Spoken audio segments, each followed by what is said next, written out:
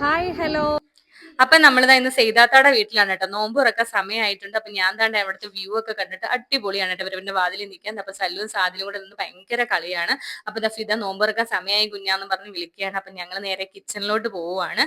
അപ്പൊ അവിടെ ഞങ്ങൾ എല്ലാം റെഡിയാക്കി വെച്ചിട്ടുണ്ട്. കിണ്ണത്തപ്പം, ഈത്തപ്പഴം, സമൂസ, മുസമ്പി, അങ്ങനെ എല്ലാ സാധനങ്ങളും ആക്കി വെച്ചിട്ടുണ്ട്.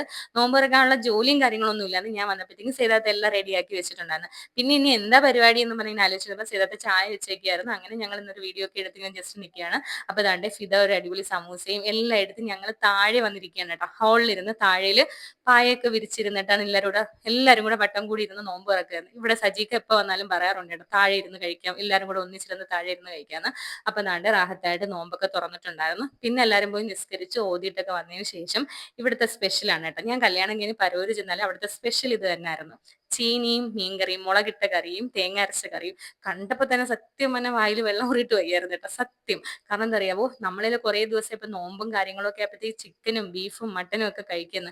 ഇവിടെ വന്നപ്പോഴേ ഇക്ക പറഞ്ഞിട്ടുണ്ടെങ്കിൽ മീൻകറി വെക്കുക എന്നുള്ളത്. ഞങ്ങൾ പിന്നെ അതെല്ലാം കൂടി എടുത്ത് ഹോളിൽ നീണ്ടും നേരത്തെ കണക്ക് താഴെ പാവിരിച്ചിരുന്ന് കഴിക്കാണ്. ഇത് പള്ളിയിലെ കഞ്ഞിയാണ് കേട്ടോ, സൂപ്പറാണ്. അപ്പൊ സത്യം പറഞ്ഞാൽ ഈ മുളക് കറിയുടെ മണം കേട്ടിട്ട് സത്യം പറഞ്ഞാൽ വേറെ ഒന്നും കഴിക്കാൻ തോന്നില്ല. അടിപൊളി ടേസ്റ്റ് ആയിരുന്നു, ഭയങ്കര ടേസ്റ്റ് ആയിരുന്നു കേട്ടോ. കുറേ ദിവസം അതിലെ ചോറും മീൻകറിയൊക്കെ കൂട്ടി കഴിച്ചിട്ട് നിങ്ങൾക്ക് ഇത് കാണുമ്പോൾ തന്നെ മനസ്സിലാകും കേട്ടോ. പൊടിച്ചാളയും മീൻകറിയൊക്കെ കൂട്ടിയിട്ട് നല്ല ടേസ്റ്റ് ആയിരുന്നു കഴിക്കാൻ. അപ്പം അടിപൊളിയായിരുന്നു. അപ്പം ഞങ്ങളുടെ ഈ വർഷത്തെ ഒരു നോമ്പ് തുറക്കല് റാഹത്തായിരുന്നു, അടിപൊളിയായിരുന്നു അല്ലേ? അപ്പം പുതിയൊരു വീഡിയോ ആയിട്ട് ഇനി വരുന്ന വരെ ഓക്കെ, ബൈ.